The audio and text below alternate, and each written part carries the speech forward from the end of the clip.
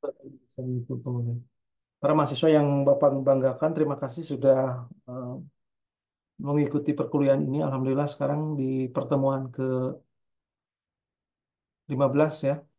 Jadi pertemuan akhir sebelum nanti di pekan depan adalah UAS. UASnya apa? Adalah UASnya laporan artikel. Jadi artikelnya dilaporkan ke Bapak itu lewat Zoom ya, karena hari Senin itu membersamai mahasiswa pasca sarjana ya, jurusan pasca sarjana MPI untuk akreditasi. Jadi insya Allah di malam Selasanya ataupun malam lain ya, seperti malam Jumat ini masuk 55 gitu. Ya. Jadi 55 masuk Zoom, kemudian setelah itu sudah ya. Mana yang sudah memenuhi batas lulus, batas lulusnya 70 ya. Jadi batas lulusnya B. Jadi nanti Bapak akan sampaikan Reza Maulana lulus. Nilai mah nanti di akhir nanti kita akan lihat. Ya. Jadi tidak ada nilai C, kecuali nilai C itu ada kalau kehadirannya memang tidak tidak ada ya. Di Zoom tidak ada, di harian tidak ada. Nah itu mah tentu tidak memenuhi syarat untuk dapat nilai B. Jadi ini UASnya nanti lulus atau enggak maksudnya. Ya, bukan berarti ketika oh UASnya lulus, oh saya pasti B enggak gitu. Ya. Jadi akan melihat UASnya lulus enggak gitu UASnya. Kalau UASnya nggak lulus ya diperbaiki ya. Jadi nanti Jadi nanti akan disampaikan di pekan depan itu langsung lima-limaan ya. Jadi nggak usah langsung semua masuk gitu. Atau boleh juga masuk dulu kemudian nanti breakout. Silahkan masuk ke breakout satu lima-limaan sudah selesai ya. Berarti masing-masing menyampaikan progresnya di pekan depan ya di UAS itu 3 menit ya. 3 menit cukup lah ya sambil bukan PPT bukan artikelnya ditayangkan. Oh kutipannya banyak kemudian masalahnya jelas itunya jelas. Nah seperti yang Bapak akan sampaikan di hari ini ya hari ini sebelum nanti ada beberapa yang direview artikelnya. Apa targetnya? Nah, targetnya.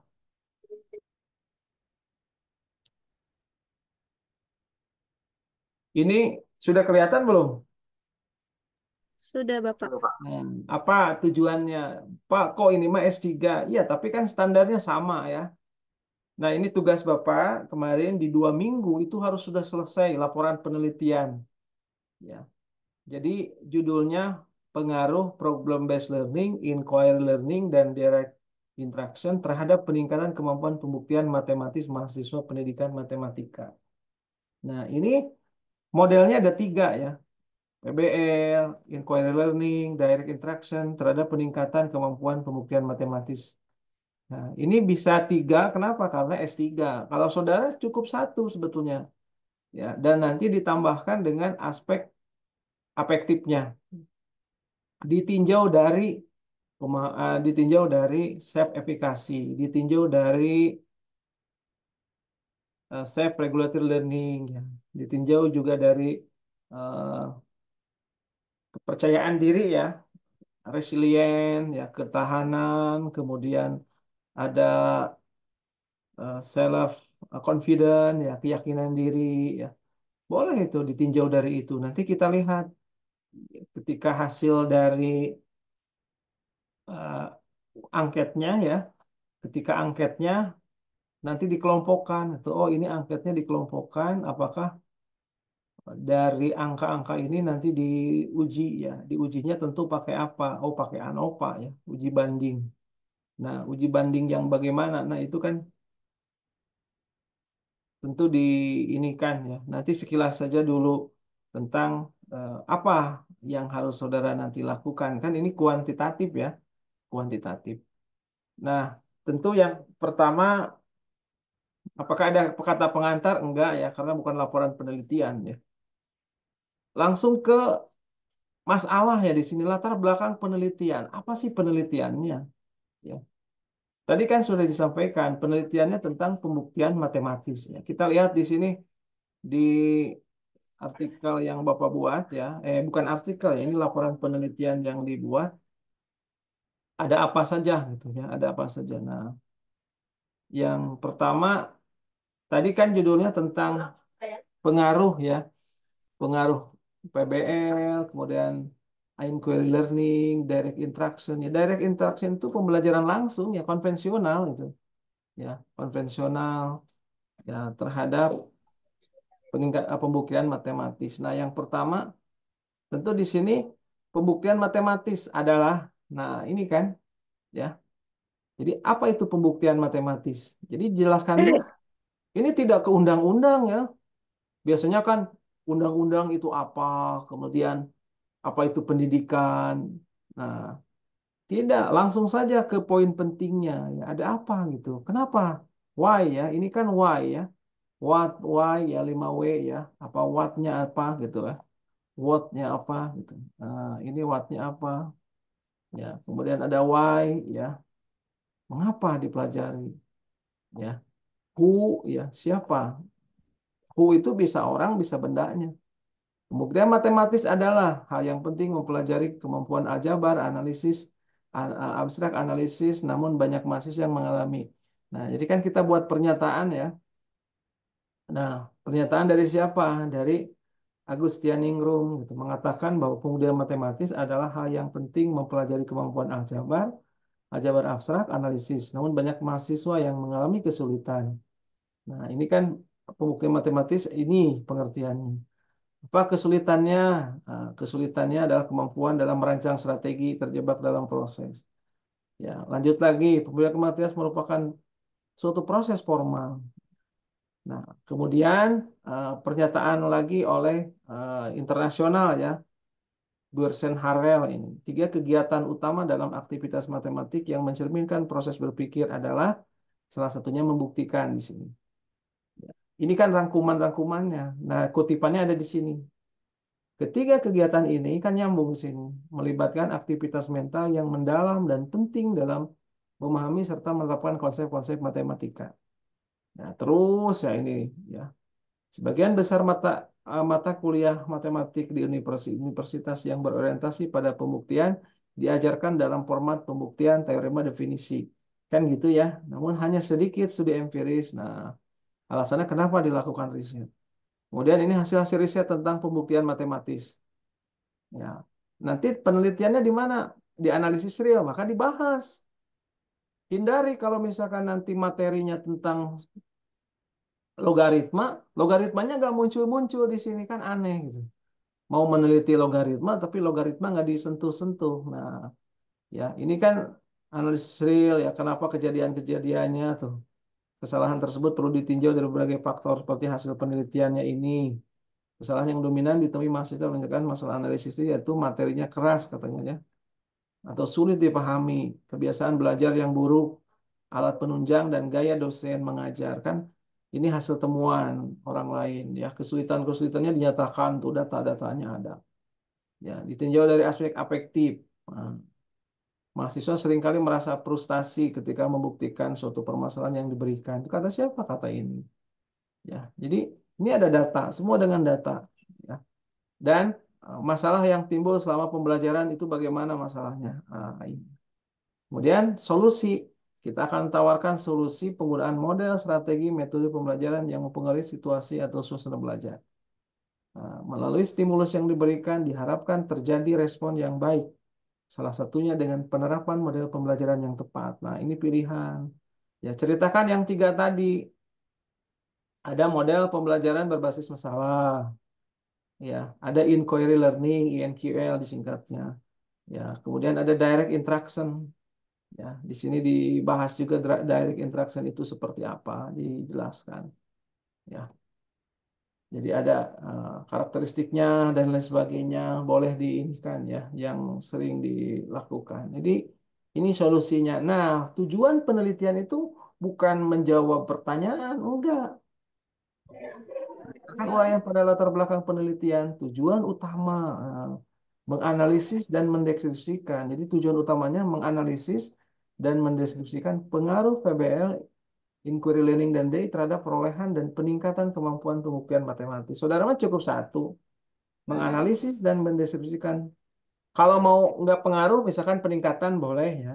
Pengaruh yang dimaksud bukan dengan uji T ini, ya, tapi dengan uji banding ya, eh, konformin ya. Kalau uji T itu lebih kepada kecenderungan berubahnya A kena B ya. Nah, misalkan ada A disebabkan B, gitu. Bukan menyebabkan B ya. Jadi begitu. Jadi A itu mau menuju B. Ini ada apa ini?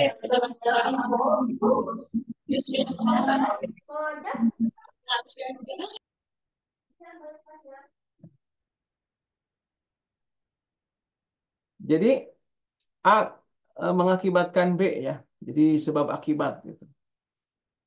Jadi antara A ke B akan mengakibatkan B. Contohnya eh, kebiasaan diet ya terhadap kesegaran badan kan itu langsung ada timbal balik ya. Kalau maksud dari pengaruh ini adalah pengaruh perlakuan. Ada pretest ya, pretest. Kemudian ada perlakuan, ya, ada perlakuan misalkan X ya di sini. Kemudian dilanjutkan dengan post test. Nah, berarti bagaimana pengaruhnya? Jadi pengaruhnya pretest post test karena ada pengaruh ini gitu. Jadi bukan karena memang sebab akibat. Apakah semakin besar post test maka pretestnya semakin besar pretest post testnya akan berpengaruh? Enggak. Jadi bedakan antara pengaruh yang dimaksud dalam penerapan model belajar dengan pengaruh pengaruh karena pemberian sesuatu gitu. Ya, jadi beda antara awal akhirnya itu beda. Nah, ini juga bisa karena X ya sebetulnya. Ya, karena X. Ya, ada pengaruh yang lain. Nah, pertanyaan penelitiannya ini bisa kalau ini 7 ya, saudara 3 lah minimal ya 4 lah maksimalnya 4 jangan banyak-banyak. Bagaimana gambaran perolehan kemampuan pembuktian matematis? Oh, yang memperoleh PBL, inquiry, dan direct interaction ya. Bagaimana sih perolehannya? Apa yang dihitungnya? Data ini menjawabnya bagaimana? Nanti di bab model, metode ya. Apa problem based learning berpengaruh secara signifikan terhadap perolehan ini? Ya, jadi PBL berpengaruh signifikan terhadap perolehan kemampuan pembuktian matematis. Kalau perolehan itu yang diujinya adalah post test. Itu kan perolehan post test. Jadi post test yang diuji ya. Decoding dulu ya ataupun langsung saja dari post testnya itu dapat angka berapa gitu dari ya. Apakah problem based learning berpengaruh secara signifikan terhadap perolehan kemampuan pembuktian matematis, maka yang dibandingkannya pretest banding dengan post test ya. Jadi uh, ini keduanya ya. Kesatunya adalah pretest ya, pretest. Jadi pretest dibandingkan dengan post test. Jadi banding dengan post test. Jadi kalau ada apakah berpengaruh? Nah, maksudnya saudara nanti jelaskan ya ke penguji atau pembimbing ya. Jadi yang dimaksud dengan pengaruh di sini bukan uji T ya, uji korelasi bukan, tetapi membandingkan dua kelompok ya. Pretestnya bagaimana dan prosesnya bagaimana. Sama pun juga untuk model lain ditanyakan. Direct interaction juga ditanyakan. Untuk 5, ya, apakah terdapat perbedaan pengaruh secara signifikan model pembelajaran PBL, ya, inquiry dan direction terhadap kemampuan pembuktian, terhadap perolehan kemampuan pembuktian. Nah, kalau ini perbedaan pengaruh ya, perbedaan pengaruh juga. Ini one way ANOVA, ini one way, ya, one way. Berarti apa yang dibandingkannya? Kalau tadi itu fire t-test, ya, fire t-test, ya, fire t-test. Jadi, varied sample t-test. Jadi membandingkan pasangan ya, fire itu ya, pasangan pretest dan post-test. Kalau ini pasangan model pembelajaran ya dari pretestnya dengan post-testnya. Jadi ini ANOVA, ANOVA apa? ANOVA model pembelajaran. Jadi nanti ketika eh, apa namanya value-nya ya, value-nya ada model. Nah, kemudian di sini dibandingkan dengan eh, post-test ya, kalau ini ya. Nah, post-test. Jadi ini modelnya satu, satu, satu. Kemudian post-testnya dapat berapa? Misalkan 7, 8, 9. Dan ini faktornya. Kemudian untuk model 2 dapat berapa dengan model 2? Ya ini maksudnya kalau sampelnya 3 ya 3 di sini juga 3 ya 7 7 7. Jadi dibandingkan antara model dengan post-testnya. Ini pakai one way ANOVA.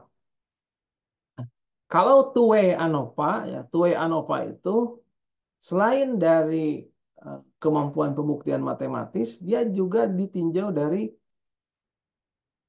sikapnya ya dan tidak boleh menghubungkan antara sikap dikorelasi dengan hasil belajar itu tidak boleh karena beda angka ya. Ya, kalau sebelum-sebelumnya misalkan pernah sebetulnya tidak bisa sih sebetulnya. Nah, ini nanti ini namanya uji faktorial ya. Jadi ini uji faktorial one way two way ANOVA kalau ini. Jadi ketika two way ANOVA itu di sininya dibandingkan dengan ini faktorial ya. Nah, jadi ini model, misalkan model A, ini model B ya. Nah, ini apa? Seleb efikasi, misalkan, seleb efikasinya di sini. Nah, seleb efikasinya, yang seleb efikasi tinggi ini sedang, dan ini rendah, rendah. Kelompokkan dulu. Yang tinggi berapa? Nilainya misalkan 7 7 4 gitu ya. Tinggi kelompok B 2 misalkan 8 ya, 9. Nah, ini nanti yang diuji antar kelompok-kelompok ini ya, kelompok-kelompok ini. Berarti ada berapa sampelnya? Ada 30. Oh, berarti yang tingginya ada berapa jumlahnya ini harus sama. Ya, harus sama dan diinputkan di sini ya, di kelompok model A. Ini juga angka-angka yang tadi diinikan. Ini namanya two-way ANOVA. Nah, yang keenam, bagaimana kriteria peningkatan? Nah, berarti ini pakai deskriptif ya, deskriptif tapi data post test yang dilihatnya ya, gainnya ya. Nah, jadi dapat gain kemudian dihitung dideskripsikan ya. Jadi karena peningkatan maka gain ya, gain pakai hack ya, rumus hack. Apakah terdapat perbedaan pengaruh? Tapi di peningkatan, oh berarti gain, gain dari setiap model terhadap modelnya seperti ini diselesaikan dengan bantuan one way ANOVA. Jadi one way ANOVA itu ketika terdiri dari beberapa kelompok ya, namun satu kemampuan ya kemampuannya terikatnya satu gitu. Tapi kelompoknya banyak, ada kelompok PBL, inquiry learning ya. Kalau yang minimal dua, lebih dari dua ya, lebih dari dua sudah pakai one way. Tapi kalau two way ANOVA, selain kemampuan, dia ada kemampuan matematiknya juga ditinjau dari self yang lain ya. Nah, manfaat mohon hati-hati ya. Ini nanti saudara buat proposal atau bagaimana, nanti manfaatnya tidak standar ya. Oh, dari kakak tingkat atau proposal sebelumnya begini. Enggak, saudara ungkapkan. Bagi peneliti, hasilnya, hasil penelitian ini merupakan pengalaman ketiga ya. Kalau bagi Bapak kan S1, S2, S3. Dalam melakukan pencarian pengetahuan yang ilmiah. Ya, jadi kalau saudara pengalaman pertama dalam melakukan pencarian. Bagi peneliti selanjutnya yang telah membaca hasil penelitian ini dan penelitian hampir satu tema tentang kemungkinan pembuktian matematis, penerapan tiga model pada mata kuliah analisis real, maka hasil penelitian dapat dijadikan sebagai dasar informasi. Nah kan gitu. Ya, bagi peneliti ya udah aja manfaatnya. Ya, atau bagi sekolah ini, bagi guru enggak gitu. Jadi bagi peneliti. Ya, bagi peneliti itu apa sih manfaatnya kan harus dari peneliti ya. Nah, jadi sehingga ketika tujuan itu enggak menjawab pertanyaannya sama, enggak gini tujuan itu. Ya, ketika pertanyaannya yang jelas, yang terukur ya. Nah, kajian literatur Bapak tidak bahas sekarang. Ya, kemudian ini saudara pasti tahu ya. Kemudian kajian penelitian terdahulu. Nah, kajian penelitian terdahulu itu ada pengarangnya, saudara juga tahu ya, ada judulnya di jurnal apa datanya. Ya, yaitu 60% berada kan gitu ya, apa datanya. Ya. Kemudian dari 20 ini kan Bapak 20 tugasnya. Disimpulkan ya, ini simpulannya ya. Berdasarkan hasil penelitian terlalu tentang kemampuan pemilihan matematis pada mata kuliah ini dapat dipandang dari dua faktor, yaitu sikap mahasiswa dan kesulitan menyelesaikan soal ini. Ya.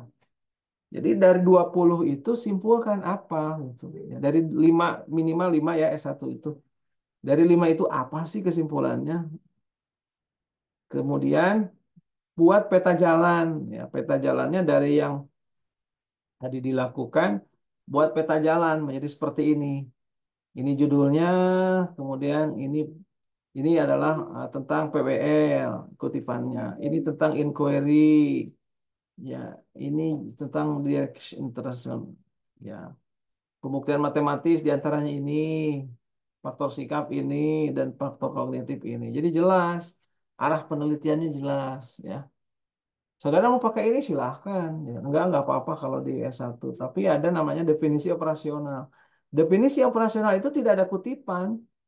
Peneliti mendefinisikan sendiri pembuktian matematisnya kayak apa. Oh, pembuktian matematisnya kemampuan dalam membuktikan teorema, lemma, korelif pada mata kuliah analisis real. Nah, jadi menurut Anda ya saudara, apa sih pemahaman matematis? Ya pemahaman matematis yang dimaksud siswa dapat menyelesaikan soal-soal tentang ini.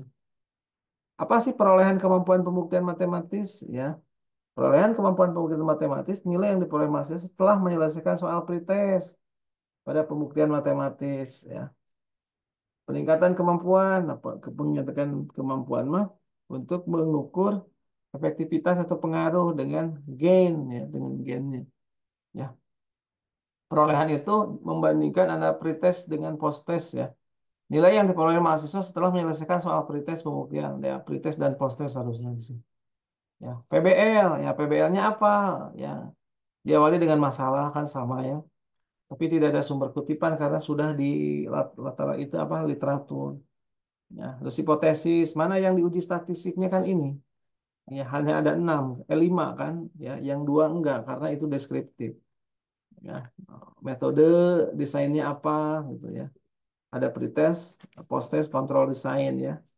Ada pretest, ini pretestnya, kemudian ada perlakuan dan ada posttest. Mana kontrolnya? Kontrolnya bisa salah satu. Bisa inquiry sebagai kontrol atau direct interaction sebagai kontrolnya. Dan yang dimaksud ini adalah observasi ya. Observasi itu eh, penelitian ya, eh, pengamatan. Jadi diamati hasil pretestnya. Ya. Jadi ini bukan sembarangan simbol ya. Itu adalah observasi dalam artian mengobservasi pretest dan posttest.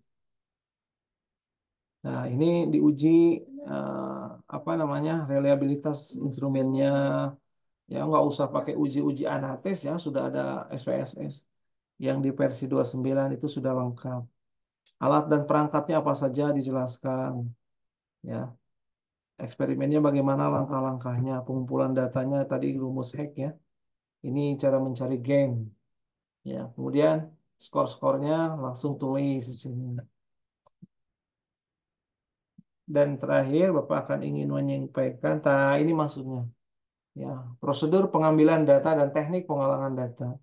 Bagaimana gambaran perolehan? Maka karena ini deskriptif, maka diujinya adalah uji deskriptif ya untuk mengetahui ukuran pemusatan dan variabilitas data dan ukuran skewness atau kemiringan data. Jadi deskriptif yang dimaksud Rata-rata, min, median, modus kan pemusatan. Kemudian varian simpangan baku dan skeunis ya. Jadi dilihat dari SPSS ya. Kemudian apakah PBL berpengaruh kan tadi satu-satu ya. Maka uji banding antara pretest dan posttest. Jadi diuji ya. Jadi menggunakan uji analisis komparmin, variant, sampel test. Ya. Komparmin, analyze, komparmin, dan variant sampel test. Tes berpasangan antara pretest posttest. Ya, untuk yang inquiry juga sama, pretest posttest bandingkan. Untuk DI juga sama.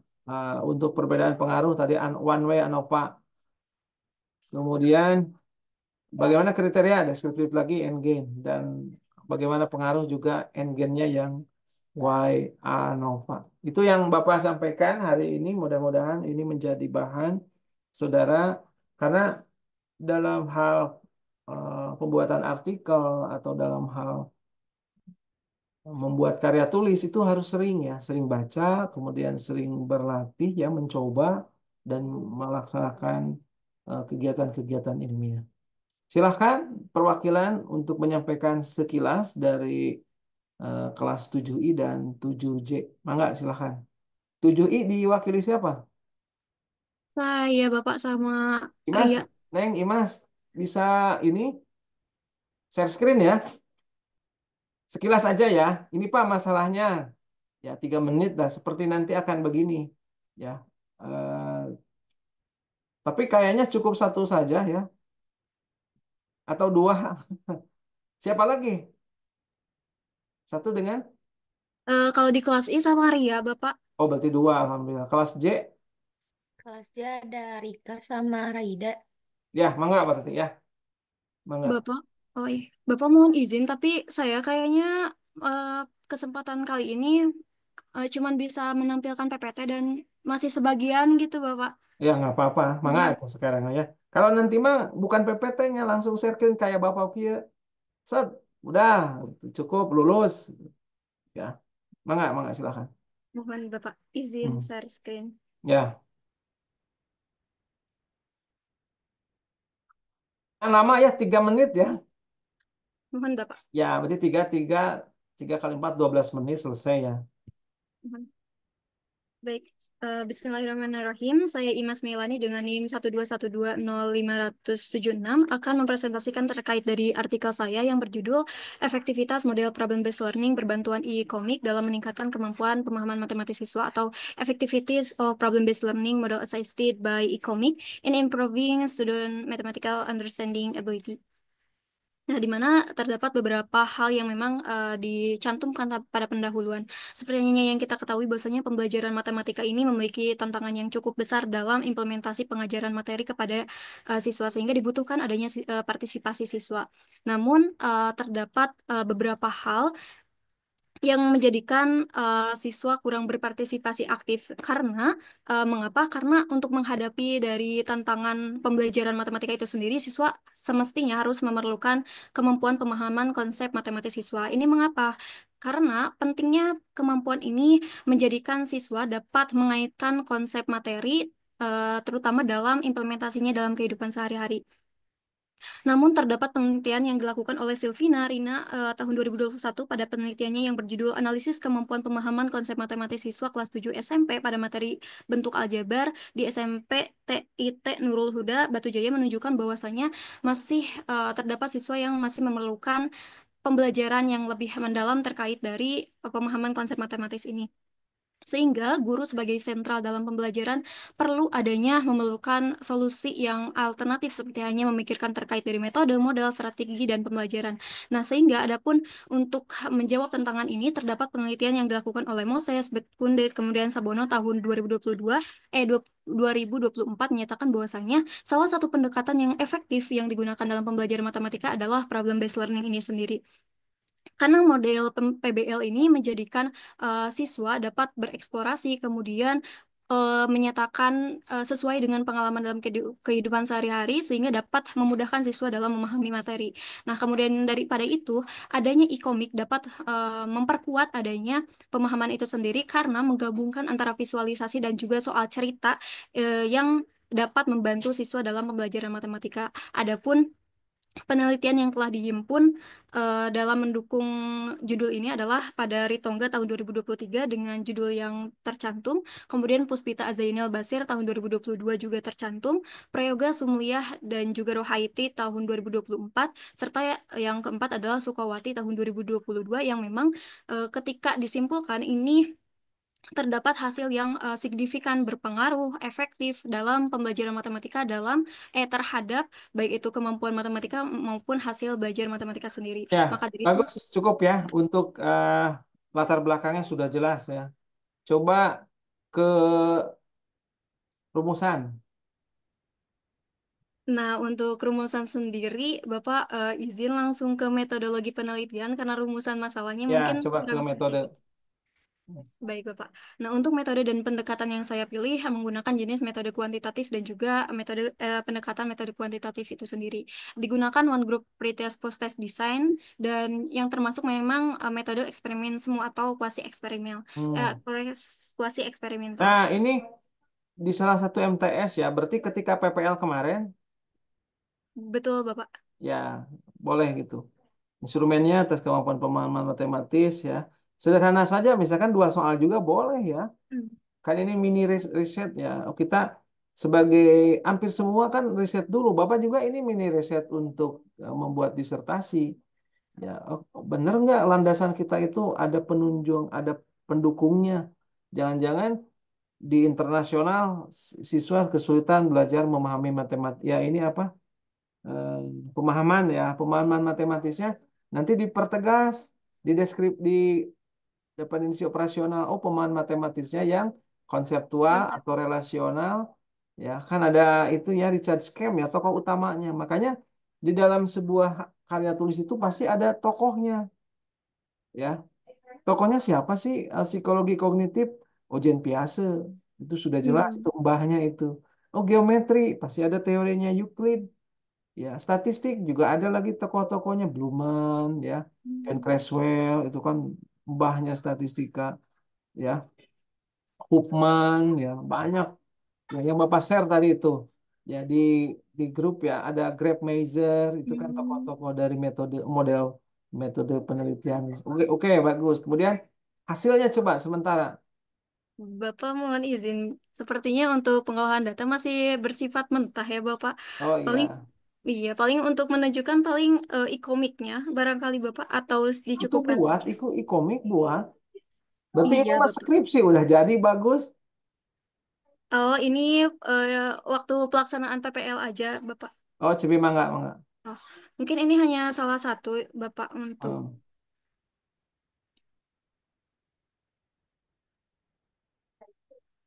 Skripsinya mau ini? Oh enggak Bapak berbeda. Untuk Udah, metodenya udah, udah berbeda. judul, udah di ACC. Insya Allah sudah Bapak. Oh iya, bagus Benar ya. sebentar.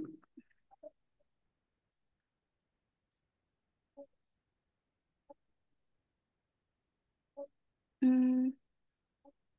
Nah, mungkin ini Bapak salah satu Hmm, yang diuji cobakan pada pelaksanaan PBL berbarengan dengan PPL begitu. Ini coba. hanya sedikit saja Bapak sebagai Ini berbayar nggak? pembuat dalam supermarket obat tempat tinggal mereka. Hmm, 2 kilogram anggur, ada interaktifnya? 1 kilogram jeruk. Untuk interaktifnya masih di materi pembelajarannya Bapak. Jadi Jadi bukan interaktif, komik. interaktif itu siswa dapat melakukan sesuatu, misalkan input apa, gitu. Iya Bapak itu mah di materinya Bapak. Kan ada materinya yang dibuat modul ajarnya maksudnya. Oh, modul ajarnya pakai ini. Itu baru interaktif. Variabel ya. Oh iya, iya. Nah, mungkin untuk e-commerce sebagai desain. Paling untuk yang interaktifnya itu baru di modul ajar untuk materi pembelajaran. Ya, ya, bagus, bagus, sangat-sangat bagus ya. Udah Alhamdulillah. cukup, saya Iya, Iman. barangkali hanya itu yang dapat saya Ya, sampaikan. Terima kasih. Wassalamualaikum jadi warahmatullahi sebetulnya ini ada dua produk sebetulnya. Yang pertama komik juga kan pengembangan, ya. Jadi masuk ke kuantitatif sebetulnya. Jadi pengembangan itu memang di tengah-tengah ya. Tetapi ketika pengembangan diuji coba masuknya ke kuantitatif.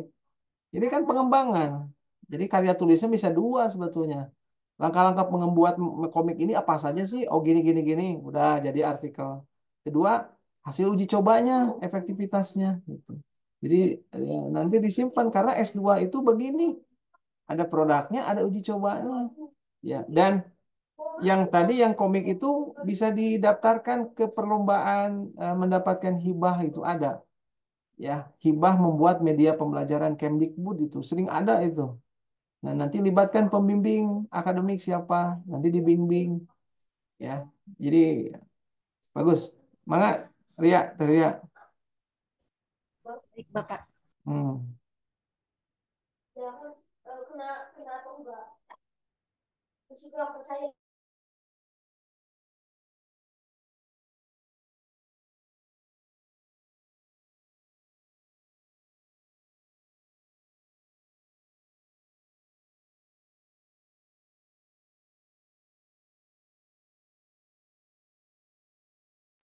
Bismillahirrahmanirrahim. Assalamualaikum warahmatullahi wabarakatuh. Yang terhormat Bapak Hamdan Sugiyar MPD sebagai dosen pengampu mata kuliah metode penelitian kualitatif dan teman-teman kelas 6I dan 6J yang saya banggakan. Pada kesempatan ini, saya akan mereview artikel yang saya buat dan mohon kepada Bapak untuk mengoreksi artikel saya. Dan artikel ini masih belum final untuk UAS, sehingga mohon maaf bila ada kesalahan penulisan dalam artikel ini. Judulnya itu adalah pengaruh model direct interaction learning terhadap kemampuan pemecahan masalah dan self-esteem siswa. Untuk abstraknya, ini ada tujuan penelitian ini adalah untuk mengetahui bagaimana model direct interaction learning berdampak pada kemampuan pemecahan masalah matematis siswa yang berada di kelas 12 di salah satu sekolah menengah atas di Kota Bandung. Penelitian ini dilakukan sebagai eksperimen semu dengan populasi siswa yang berada di kelas 12.8 dan 12.12 di salah satu sekolah menengah atas di Kota Bandung. 15 siswa dari kelas eksperimen, kelas 12.8, dan 15 siswa dari kelas kontrol dari 12.12. Dalam penelitian ini, sampel diambil secara random dan cara pelakuan ini adalah post-test only control design. Angket dan tes adalah metode pengambilan data. Untuk analisis data, uji ANOVA satu jarum digunakan dengan nilai signifikan alfanya itu 0,05. Kemudian juga ada hasil penelitian menunjukkan bahwa model pembelajaran direct learning atau pembelajaran langsung berdampak signifikan terhadap kemampuan pemecahan masalah matematis rata-rata. Kemampuan pemecahan masalah matematis berdasarkan self-esteem menunjukkan peningkatan yang signifikan. Kemudian untuk pendahuluannya, kita berangkat dari kemampuan pemecahan masalah terlebih dahulu. Kemampuan pemecahan masalah merupakan hal yang sangat penting dalam proses pembelajaran, terutama dalam pembelajaran matematika. Nah, pernyataan ini sejalan dengan pendapat Lubis et al. 2023 yang menyatakan bahwa kemampuan pemecahan masalah merupakan komponen kurikulum matematika yang sangat penting karena memberikan siswa kesempatan untuk menggunakan pengetahuan dan keterampilan yang mereka miliki untuk memecahkan masalah yang tidak biasa. Kemudian ada penelitian lagi yang sejalan dengan kemampuan pemecahan masalah.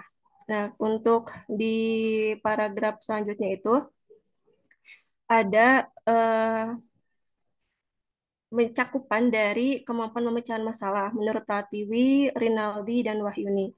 Nah, yaitu pemecahan masalah adalah tujuan umum pengajaran matematika. Pemecahan masalah yang mencakup metode, prosedur, dan strategi adalah proses inti utama dalam pembelajaran matematika. Kemudian juga ada pemecahan masalah adalah kemampuan dasar dalam belajar matematika. Nah, kemudian di paragraf selanjutnya itu ada indikator pemecahan masalah menurut Kotima tahun 2019 yang meliputi memahami masalah, mengidentifikasi komponen, menanyakan dan kecukupan komponen, membuat model matematika, menentukan cara dan menyelesaikan masalah matematika, menjelaskan kembali dan memeriksa kebenaran jawaban. Kemudian dari semua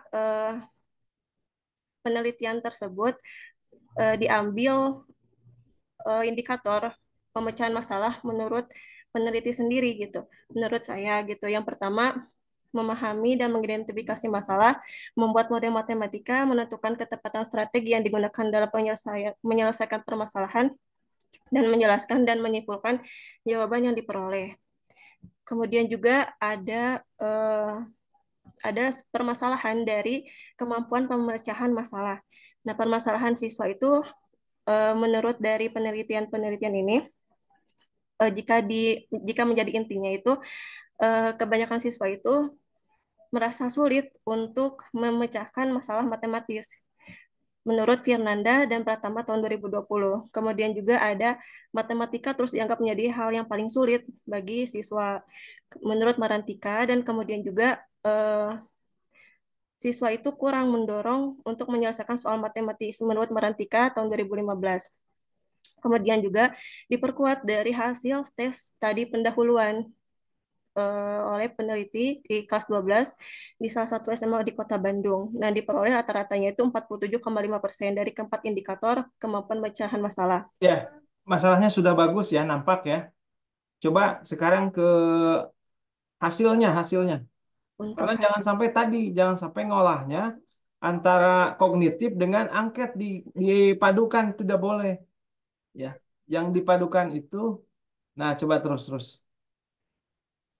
untuk hasilnya ini dulu Bapak. Korelasi apa dengan apa ini? Korelasi ini dari hasil itu dulu Pak, dari hasil uji coba soal dulu Bapak ini. Oh Diuji ya, terus. dan Ya, dari terus dari dulu.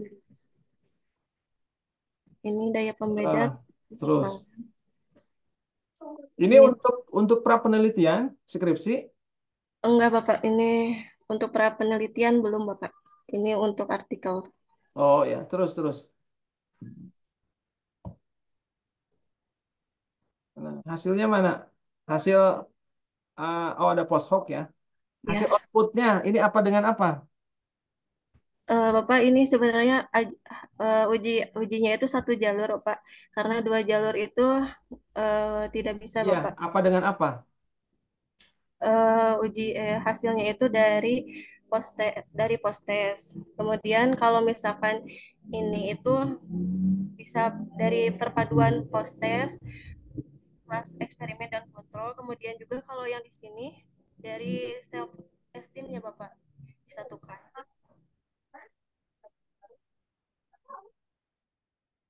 Oh iya, coba gini, yang pertama tidak boleh ada uji korelasi ya antara kognitif dengan sikap itu tidak boleh.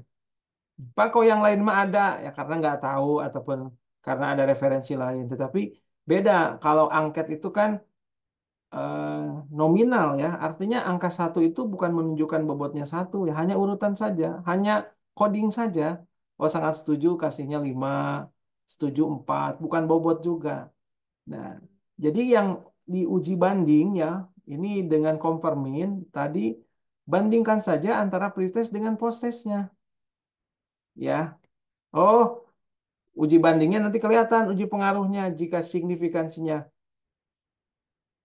lebih besar dari 0,05 maka signifikan artinya terdapat pengaruh kan gitu ya. Nah, apa atau jika signya kurang dari ya atau lihat dulu lah itu kadang suka lupa Bapak juga ya. Jadi gitu. Nah, kemudian bagaimana self esteemnya diukurnya?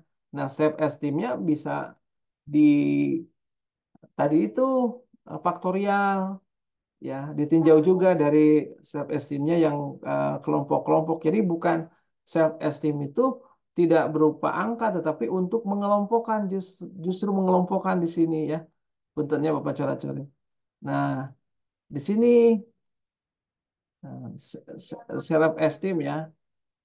Self esteem kelompok ya nggak dikelompokkan juga boleh. Ini self esteemnya berapa sih self esteemnya? Memang harus dikelompok ya. Yang tinggi, yang rendah, itu ya di kelompok-kelompok. Rendah sedang ya. Nah, nanti kita lihat yang model A ya, ini kan model A ya. Nah, karena satu model ya. Ini nanti kita kan bisa lihat ya, self esteem yang tinggi berarti ngejawab angketnya tinggi gitu. Ya, itu bisa dasarnya itu. Oh, dia itu di ranking aja ya. Diurutkan dibagi misalkan dibagi 3 berarti ya. Rentang ini sampai ini tinggi kan ada indikatornya. Nah, yang tinggi berapa? Satu ya nilainya misalkan apa namanya? Ya maksudnya 11, 20, ya 70 misalkan itu. Yang ini juga berapa? Pasti ada angka di sini 60, 50 ya. Jadi angka pretest dengan angka posttest. Nah, angka posttest di sini. Ya, nanti dilihat dibanding antara ini, nanti diputuskan oh di bahwa di kelompoknya self esteemnya yang tinggi itu ada banding antara ini. Jadi tiga-tiga ini bisa diolah ya. Ataupun ini bisa difaktorialkan ya. Nol pretest, kemudian X1 Y1 kan ya. Posttest. X1 itu berarti tinggi model A. Oh, X2 gitu ya codingnya. Y1 ya. X3 Y1. Berarti ada berapa nanti uji ini ya. Y1. Kalau ada dua berarti model B berarti maka X1 Y2 gitu. Terus ya maka 3 kali 3 9 9 9 kelompok nanti yang akan diujikan juga boleh seperti itu ya. Jadi yang penting semuanya ada dasarnya ya. Karena khawatir nanti ada yang ngutip berdasarkan rumus ini, maka untuk menguji ini adalah ini gitu maksudnya. Ya, bagus, bagus ya. Tuh ya, bagus sudah. Lanjut ke kelas J ya. Izin konfirmasi Bapak, jadi untuk nanti itu jadi di angket self esteemnya itu nggak pakai angka. Jadi untuk pengolahan itu hanya pretest post test aja atau post test aja Oh gitu. ya, boleh. Angket mah dipisah boleh. Oh, Ya diolah, jadi dipresentasi boleh. oh iya Pak. Yang angket tidak boleh di rata-rata ya. Ya, ya boleh bagus. Jadi angketnya misah gitu. Jadi kalau kognitifnya ini yang diolah bandingkan pretest post test. Kalau angket ya presentasi di sininya. Ya, kalau angket ini pernyataannya. Nah, di sini presentasinya ya SS gitu. S ya. Nah, ini presentasinya misalkan 10, 20. Yang penting jumlahnya jadi 100 karena pernah terjadi jadi 120 kan di mana namanya ya 120%. Nah, kaciri eta mata ya. Cukup begini. Nah, dan kita interpretasi bahwa sangat setuju sampai setuju itu positif berarti ya. Misalkan bila belajar matematika, saya semangat. Saya semangat bila belajar matematik ya. Sangat setuju ini sekian persen, bukan rata-rata. Karena angka 4 ya, angka 5, 4, 3, 2, 1 itu bukan interval, bukan rasio juga. Ini hanya simbol saja. Masa ketika eh, nomor satu ya pernyataannya, misalkan orang itu ya Ahmad misalkan. Ini pertanyaan nomor satu ya, angket nomor satu, nomor dua, nomor tiga, nomor apa? eh, Misalkan ini subjek ya, subjek. Ini ada satu, dua, tiga, empat, lima pertanyaannya. Ahmad itu tiga di sini. Nah, kemudian siswa B ngejawabnya empat, siswa C ngejawabnya dua. Kemudian di rata-rata ya 7, 9, 9 bertiga. Rata-rata yang menjawab pertanyaan nomor satu tiga.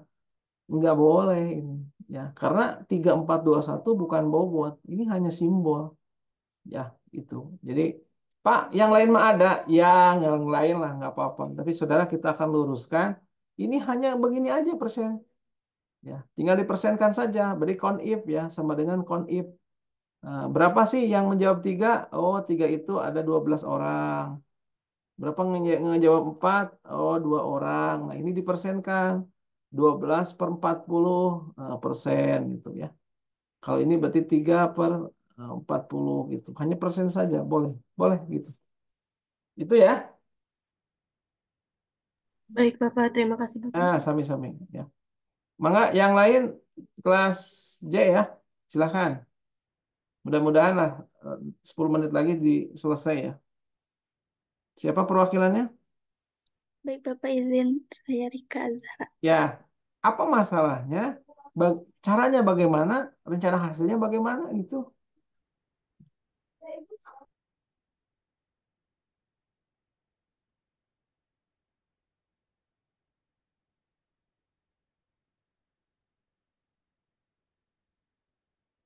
Baik, Bismillahirrahmanirrahim. Assalamualaikum warahmatullahi wabarakatuh. Izin perkenalkan, nama saya Rika Azahra. perwakilan dari kelas 7 7 I 7D. Di sini saya akan mempresentasikan hasil dari mini riset saya. Untuk yang pertama itu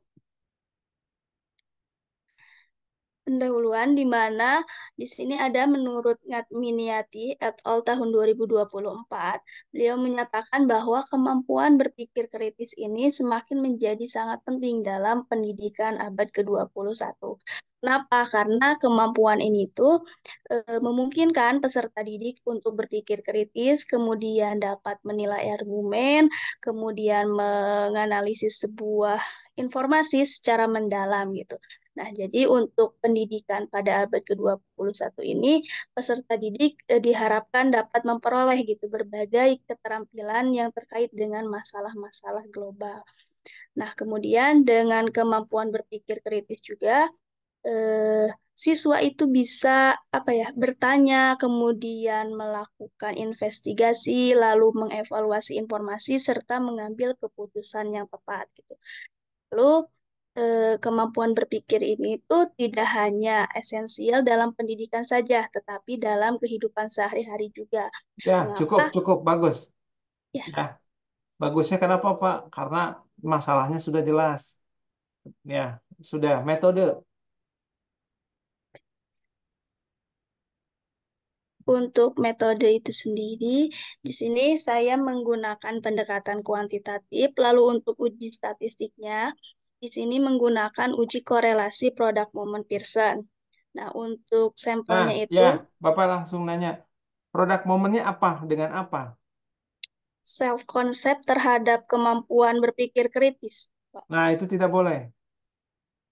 Ya, jadi ini seperti tadi ya, apa ada pretest post test? Tidak, Bapak. Ada Hanya ada post test?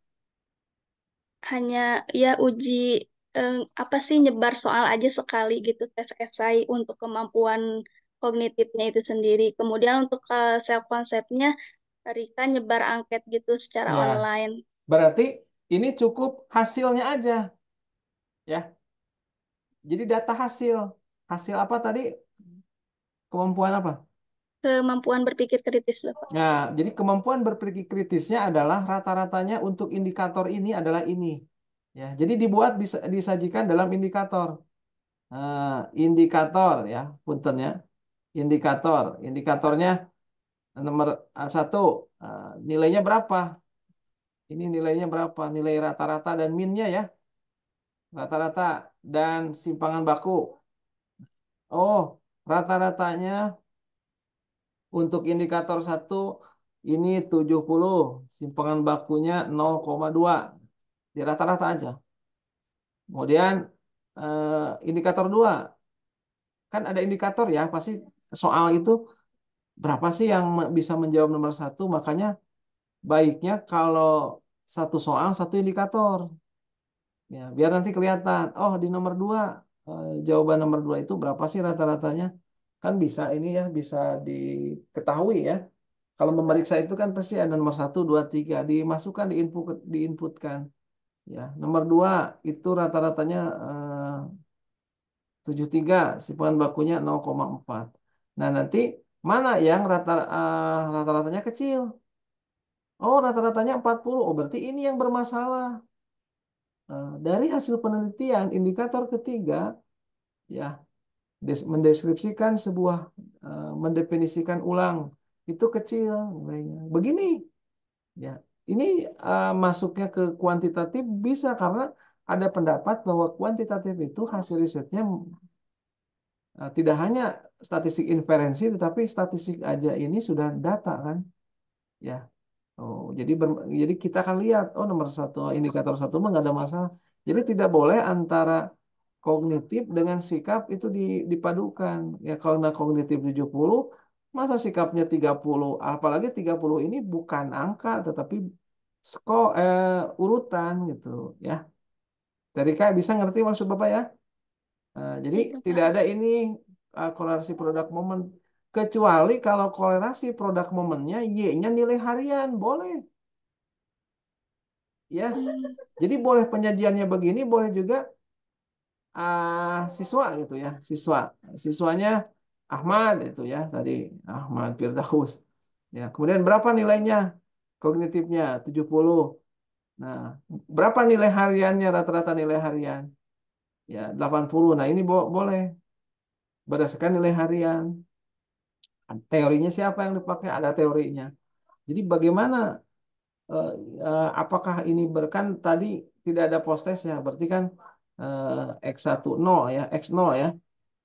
Strip ini bagaimana? Maka boleh menyajikannya dalam perindikator, ya. Boleh juga uji banding antara nilai hariannya. Oh, berarti nilai harian itu kan konvensional. Oh, ternyata ada pengaruh antara ini dan ini gitu maksudnya. Ya, Baik. tutup aja sudah. Tunggu beres. Ya. Terakhir, mangga. Ah, Non, Wi. Ayo, itu lagi. Bapak maaf, kalau Raida sama hampir sama kayak Rika, aspek kognitif sama ini, Ya, sama tapi jangan dibanding tadi ya. Ya, ya, jadi tidak ada banding antara kalau juga melihat saja. Jadi misalkan nggak dibandingkan ya. Contohnya gini, eh, itunya apa sikapnya? kecemasan matematis. Nah, kecemasan matematik dikelompokkan. Kan tadi mah Rika itu ke ini ke tiap indikator. Ya, Raida itu bisa di kelompok. Ya, kecemasannya diurutkan berdasarkan angket ya. Oh, yang kecemasannya besar berarti misalnya yang bobotnya besar kan ada kaidahnya tinggi, sedang, rendah. Nah, nanti ditulis. Ya, kecemasannya tinggi, hasil rata-ratanya adalah 70, si bahan bakunya 0,3. Untuk kecemasannya sedang ini kan kecemasan tinggi mah berarti kurang bagus. Betul tidak? Ya, sangat cemas berarti ya. Yang bagus mah kecemasannya rendah, arti dia eh, tingkat kecemasannya rendah, artinya tidak tegang, ya tidak cemas, santai aja. Jadi nanti dibandingkan saja dibandingkan. Oh, tingkat kecerdasan tidak ada uji korelasi inferensi berarti hanya deskriptif aja mendeskripsikan sebuah data gitu. Dan masing-masing nanti ya boleh begitu dan boleh secara satu kelas kecemasannya berada pada level sekian gitu. Ya, boleh juga. Kalau ditambahin sama angket wawancara gitu Bapak. Wah, kalau kalau sekarang kan udah mau final ya. Kalau Enggak, memungkinkan mangga gitu. Wawancara ambil saja dari kelompok tinggi satu dua gitu dari 6 orang gitu. Ya, wawancara itu nggak usah semua. Ya, kelompok yang kecemasannya tinggi berapa? Kenapa kamu kecemasannya?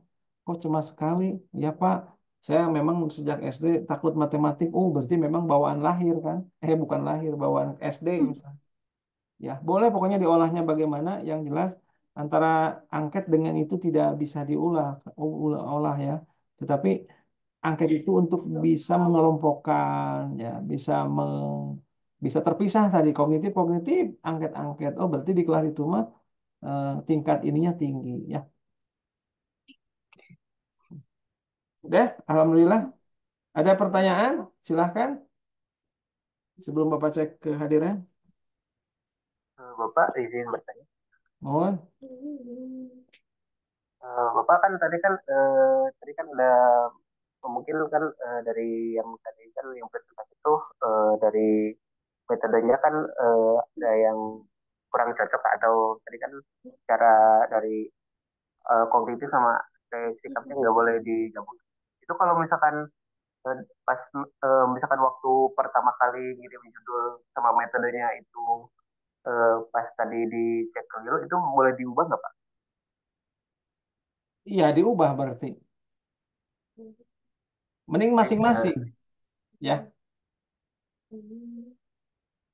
Tidak bisa dikorelasikan. Kalau untuk orang lain, untuk non matematik, sosial misalkan, nggak apa-apa ya. Bapak kan dulu Bapak pernah begitu, ya nggak apa-apa kalau sebelumnya memang tidak tahu ya. Ya, namun karena kita sekarang sudah tahu, ya bisa menjelaskannya sesuai kaidah teori, jelas. Ya, jadi itu angket itu ya untuk mengetahui sikap saja, tidak ada kaitan untuk mengetahui sikap ada pengaruhnya. Nah, pengaruhnya proses pretest. Pretest, proses dibandingkan. Tapi kita lihat di kelompok mana.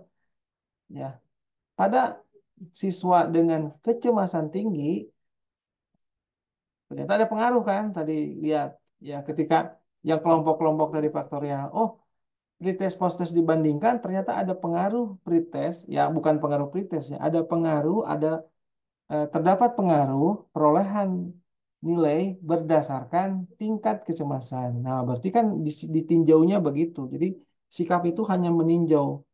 Oh, ternyata kecemasannya tinggi itu dia nilainya bagus ya, ada pengaruh gitu.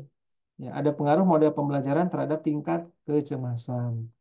Ya, ketika yang kedua di sedang itu tidak ada pengaruh. Oh, berarti di kelompok sedang mah nggak ada pengaruh antara model dengan kecemasan. Jadi bukan membandingkan angka kecemasan dengan angka kognitif, tetapi dari kelompok-kelompok itu bisa menyimpulkan, ya, tidak terdapat pengaruh antara model belajar dengan eh, kecemasan pada kelompok rendah. Nah, itu maksudnya ya. Itu jauh? Baik, Bapak. Silakan. Ya, Bapak cek Bapak kan? izin bertanya. Ya, mangga sok. Bapak kan tadi kata Bapak kalau angket itu hanya mengukur sikapnya gitu ya, Pak, tidak bisa dihubungkan dengan nilai kognitifnya. Nah, bagaimana kalau misal siswa yang tingkat kecemasannya tinggi gitu ya. Nah, itu tuh ada nilai yang tinggi, ada nilai yang rendah, itu tuh ditarik kesimpulannya ada pengaruh atau tidaknya, itu bagaimana ya, Pak? Nah, tadi ada pretest posttestnya. Ya, kalau mau uji pengaruh, pakai Fired Sample T-Test. Komparmin ya. Ingat tahu ya, analyze, komparmin, Fired T-Test. Fired T-Testnya, pretest dan posttestnya. Data dari kelompok tinggi itu dihitung. Dan itu tidak usah ada minimal 30 itu ternyata. Ya, pokoknya 5 pun bisa diolah. Nah, sekarang tadi berarti ingin mengetahui pengaruh antara sikap dengan itu, ya bukan angka sikapnya, tetapi tinjauannya. Ya, tinjauannya. Tadi kan pretest posttest dibandingkan. Kalau misalkan pretest posttest signifikansinya jelas ya, kurang dari 0,05, maka ada pengaruh. Ada pengaruh antara model pembelajaran terhadap sikap. Nah, jadi secara otomatis ketika datanya sikap, maka itu kan sudah menunjukkan bahwa di kelompok itu sikapnya bagus ya, keyakinannya, confidence-nya tinggi gitu. Berarti kalau antara pretest dan posttest ada pengaruh, maka sudah jelas bahwa itu dipengaruhi juga oleh keyakinan dirinya. Itu maksudnya, Neng, Sabrina? Iya, Bapak. Satu lagi pertanyaan, Bapak. Enggak. Kan tadi Bapak kalau ada pretest posttest itu lebih ke model pembelajarannya gitu, Pak. Nah, kalau Sabrina itu meneliti kognitifnya tuh tentang kemampuan berpikir kritis. Nah, itu itu teh kalau pretest posttestnya juga harus ada, Pak. Oh iya, kalau memang ada, berarti uji bandingnya pretest posttest. Ya, berarti lihat pengaruhnya. Kalau nggak ada, berarti tidak bisa lihat pengaruh. Namun bisa melihat hasilnya, hasil kemampuan representasinya. Rata-ratanya berapa? Dapat rata-rata dari penelitian itu 80. Bagaimana sikapnya? Oh, sikapnya dari kelas itu memiliki sikap self confident yang angkanya sekian gitu. Ya. Jadi dari mana, Pak? Dari presentasi. Ya, jadi ketika indikatornya kan indikatornya dikumpulkan ya. Nah, misalkan angket nomor 1, 2, 3 indikatornya tentang keyakinan tuh. Nah, dihitung ada berapa persentase.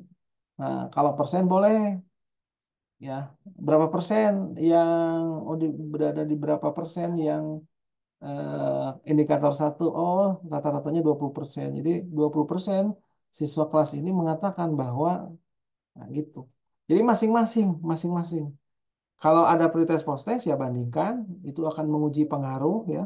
Kemudian apabila tidak ada, cukup masing-masing saja. Ya, itu maksudnya Itu ya. Bapak Ya, terima kasih Pak. sami-sami, Om.